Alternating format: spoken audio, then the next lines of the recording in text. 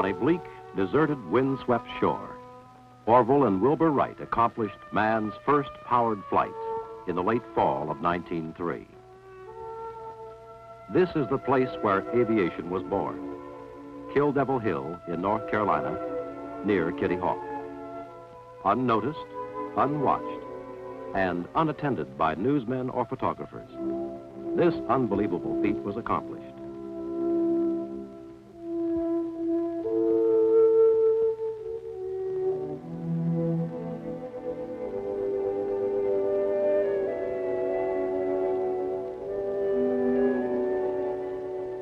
Four faltering flights, the longest less than 900 feet. But it heralded the greatest era of technological advance since the beginning of history. This is the story of how and why America has traveled the high road from Kitty Hawk to aerospace, and what it means to you and every other human being, plus a world of descendants yet to be born. This was the beginning of man's successful conquest of the third dimension through aviation.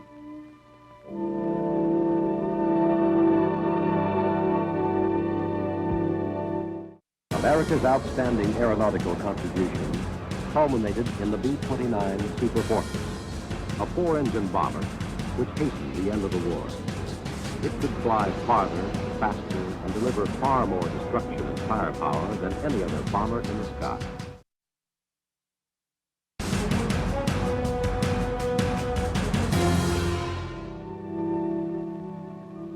A few years later, at Fort Myer, Virginia, Orville Wright, accompanied by Army Lieutenant Ben Folloy, flew a record 10-mile course, averaging 42 miles per hour and reaching 400 feet altitude.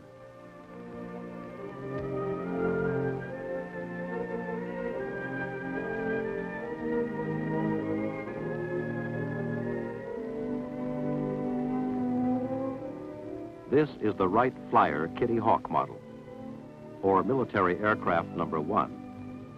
And in the center, Lieutenant Folloy, one of the first officers assigned the mission, learn to fly.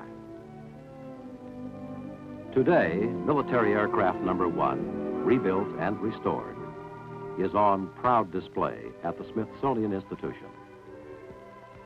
Here today is Major General Benjamin D. Folloy, retired. His faith, courage, foresight, and tenacity were key contributions to military aviation.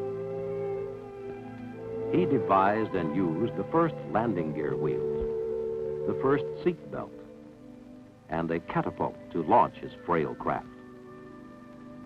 He was also the first officer to fly a reconnaissance mission, and the first to fly more than 100 miles non-stop.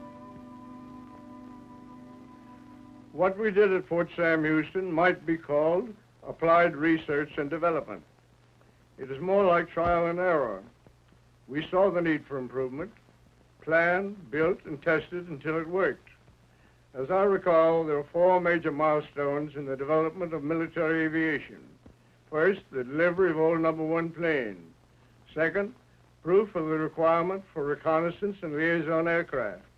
Third, the progress of European aviation in World War I spurred us to greater technological effort.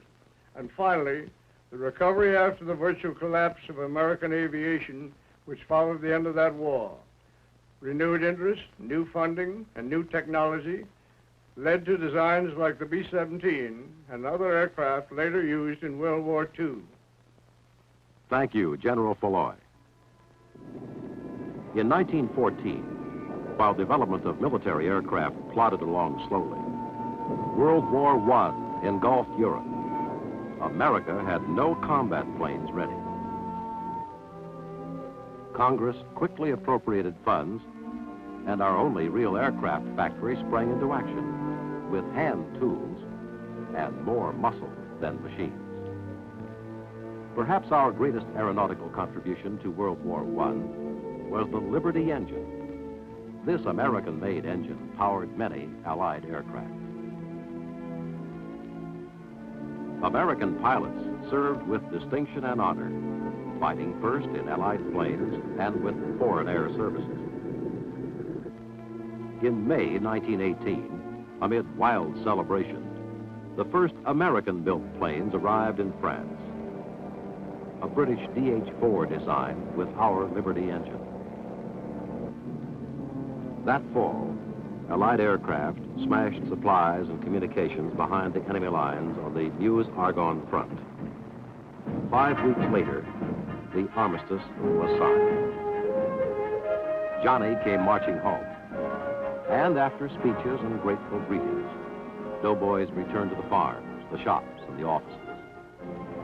But not the pilots who survived the great adventure of the wild blue yonder, with firm faith in the future importance of aviation. Using cast-off crates and obsolete equipment, many demonstrated their skills at state fairs and to any large gathering they could find. In the era that followed, the airplane improved through individual initiative, achieving better design, materials, and construction to meet pioneer sporting needs, as well as practical military requirements. Public interest and support were stimulated by exploits such as this military flight all the way around the world in just 15 days. And Lieutenant McReady and Sergeant Langham flew to a record high altitude flight with a turbo supercharger. They learned that the air temperature at 39,000 feet is 55 degrees below zero. Too cold for man to survive long without special equipment. With the help of air-to-air refueling, Major Spotts, Captain Eaker, and Lieutenant Quesada kept their aircraft, the question mark, aloft for more than 150 hours. Another dedicated pioneer, Lieutenant James Doolittle, proved that man could fly day or night, guided only by instruments. He took off, traveled 15 miles, returned to his starting point, and then landed safely without ever seeing the ground.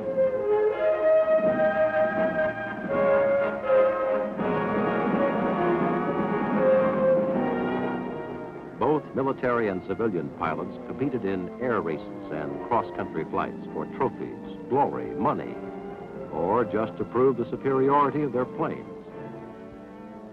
Competitive tests gave impetus to countless improvements.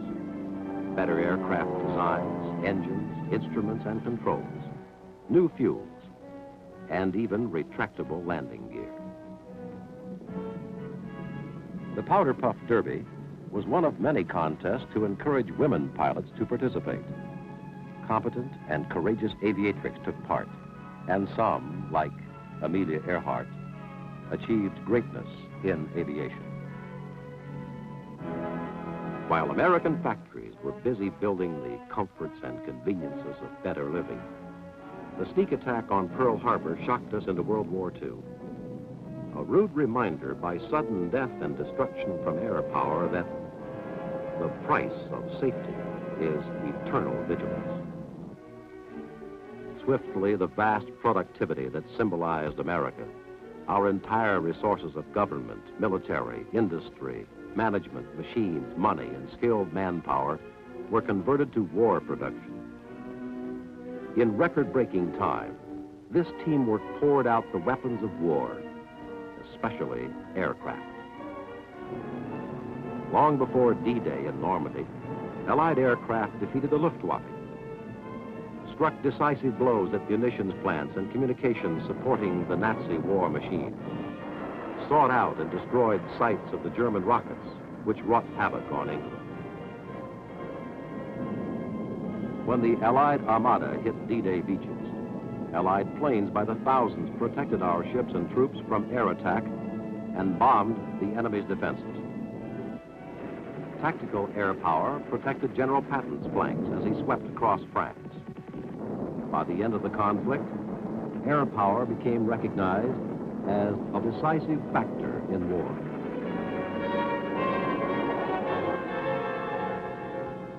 America's outstanding aeronautical contribution culminated in the B-29 Super Fortress, a 4-engine bomber which hastened the end of the war. It could fly farther, faster, and deliver far more destruction and firepower than any other bomber in the sky. With With its wings fully extended, it will be able to fly at slow speed and land on a short runway. But with its wings folded back, it will fly high and faster than twice the speed of sound.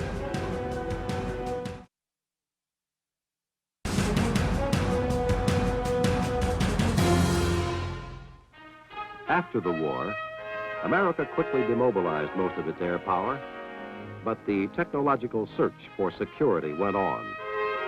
Our two great oceans were no longer bulwarks of defense that would buy time for us to get ready to defend our land. In 1945, we unveiled our first flying jet, the XP-59, forerunner of all American-made military and civilian jet aircraft today. Meanwhile, the mighty B-36 intercontinental bomber bolstered the strategic deterrent during the transition from propellers to jet bombers. In 1948, when Russia, with a show of force, closed all access roads to West Berlin, the newborn U.S. Air Force mobilized its cargo aircraft to meet the strangling threat. Our historic round-the-clock Berlin airlift delivered more than adequate supplies, so the Soviets called off the blockade. Once again in 1950, America was called upon to resist aggression. Communists tried to overrun South Korea. In concert with United Nations forces, we called a halt. Our skilled pilots and jet fighter bombers proved their combat superiority. As military research and development continued, we produced our Century series of jet fighters. The F-100 was the first jet to break the sound barrier in level flight. Soon there were others even faster, more maneuverable, with greater firepower. In rapid succession, we developed the B-47 and B-52, which gave jet speed to our strategic deterrent forces. Jet-powered naval strike forces, some of them based on nuclear-powered super carriers, were added to our two oceans. With jet strike aircraft firmly established in our inventory, the first jet tanker was developed by the Air Force to give our military planes practically unlimited range through aerial refueling. Today, that same aircraft design, with civil transport modifications, provides commercial jet passenger service. The B-58, our first supersonic bomber, presented an entirely new concept in basic aircraft design. Flying at more than twice the speed of sound, it carried more potential destructive power than was dropped on Europe by all Allied aircraft during World War II. With advanced guidance systems, flight instrumentation and controls, we produced our first pilotless aircraft, complete with appropriate warheads to defend our skies or to reach and destroy strongly defended military targets. America flew the X-15, a rocket-powered manned research aircraft that today has entered the boundary of space, beyond 50 miles high, and traveling at speeds in excess of 4,000 miles per hour. While America observed in 1953 its golden anniversary of aviation, science and technology burst into a new power dimension, the thermonuclear age, which gave still greater meaning to air power and set the stage for rapid aerospace development. In the aerospace world of the 60s is a gentleman we should meet. One of those rugged pioneers of aviation who had a leading role in America's air battles since World War I. Today, he is a corporate executive and technical advisor on aerospace power. Lieutenant General James Doolittle, holder of the Medal of Honor. It has been my good fortune to be closely associated with aviation since World War I. In the past 5 decades, the airplane has become an important means of commercial transportation and a decisive weapon of war. The stick and wire airplanes of yesteryear were simple contraptions. For control, there was a stick, a rudder, a throttle, and a few simple instruments. Then came the retractable landing gear, controllable pitch propellers, flaps, slots, and sophisticated instruments for the engines, for flight control, and for navigation. The old piston engine was replaced by the modern gas turbine. The increase in the number and complexity of aircraft, together with greater safety and reliability requirements, brought more rules and regulations and the necessity for widespread aids to navigation and instrument landing equipment. The airplane became faster, safer, and more reliable. Air transportation helped our economy, and air power assured our national security. Thank you, General Doolittle.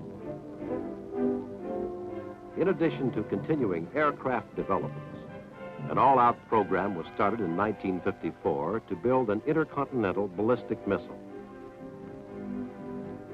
The birthplace, a former schoolhouse in Inglewood, California. In 1957, without advance notice, Russia launched the first Sputnik into space and won worldwide acclaim. This served to spur all America to even greater space effort. A few months later, the United States placed an Earth satellite in orbit. By 1959, the Air Force had produced and successfully launched 3 different types of long-range ballistic missiles, and the first Atlas squadrons were added to our arsenal of defense. At strategic locations throughout America, and in submarines under the seas, a deterrent force of more than 1,000 nuclear-armed ballistic missiles now stands ready for instant retaliation if required. This is in addition to the peacekeeping team of more than 1,000 SAC bombers with their own nuclear weapons in a constant state of readiness to defend America. The Air Force C-141 jet carrier was developed with the cooperation of the Federal Aviation Agency. It can also be licensed and produced for commercial use. It carries 154 fully equipped troops or 70,000 pounds of cargo for more than 6,000 miles at 500 miles per hour. The newest development in tactical aircraft is the flexible F-111. With its wings fully extended, it will be able to fly at slow speed and land on a short runway. But with its wings folded back, it will fly high and faster than twice the speed of sound. Cooperating research teams of government, industry, and science carried out our explorations of outer space and launched manned flights around the Earth. While NASA's Ranger 7 takes close-up television pictures of the lunar surface to detect appropriate landing sites for America's astronauts. Plans are underway to place a manned Earth-orbiting laboratory in space. 2 astronauts are scheduled to be on board. In the near future, astronauts will rendezvous NASA's Gemini capsule with an Air Force Agena spacecraft for close-up tests of manned operations and new equipment in space. Forging military space power is a prime job of the Air Force Systems Command at Andrews Air Force Base near Washington, D.C. Its mission, to plan, evaluate, and implement technological programs designed to keep America secure from aerospace aggression for the foreseeable future. Let's meet the first commander of the Air Force Systems Command who led our pioneering development toward aerospace, General Bernard A. Schriever. Today and in the future, it is a proper management of technology and its critical resources that poses the pacing problem which we face. Recent Air Force studies of future scientific and technological developments in aerospace hold more challenge and greater opportunity than earlier generations dreamed of. We are not on a technological plateau. Science is dynamic and real progress must be constantly pursued. We must be selective, but we must press on with new advances in technology to ensure security for the future. And in the global scene, we must continue to maintain a strong national posture. We must improve our strategic deterrent forces, both in missiles and manned aircraft. We must be capable of providing our president with alternative choices, which is vital for controlled response to aggression. In other words, our nation's total military strategy demands that a successful deterrent to war must be a ready force in being, survivable, and effective at all levels of conflict. This includes the defense of our access to the new space environment.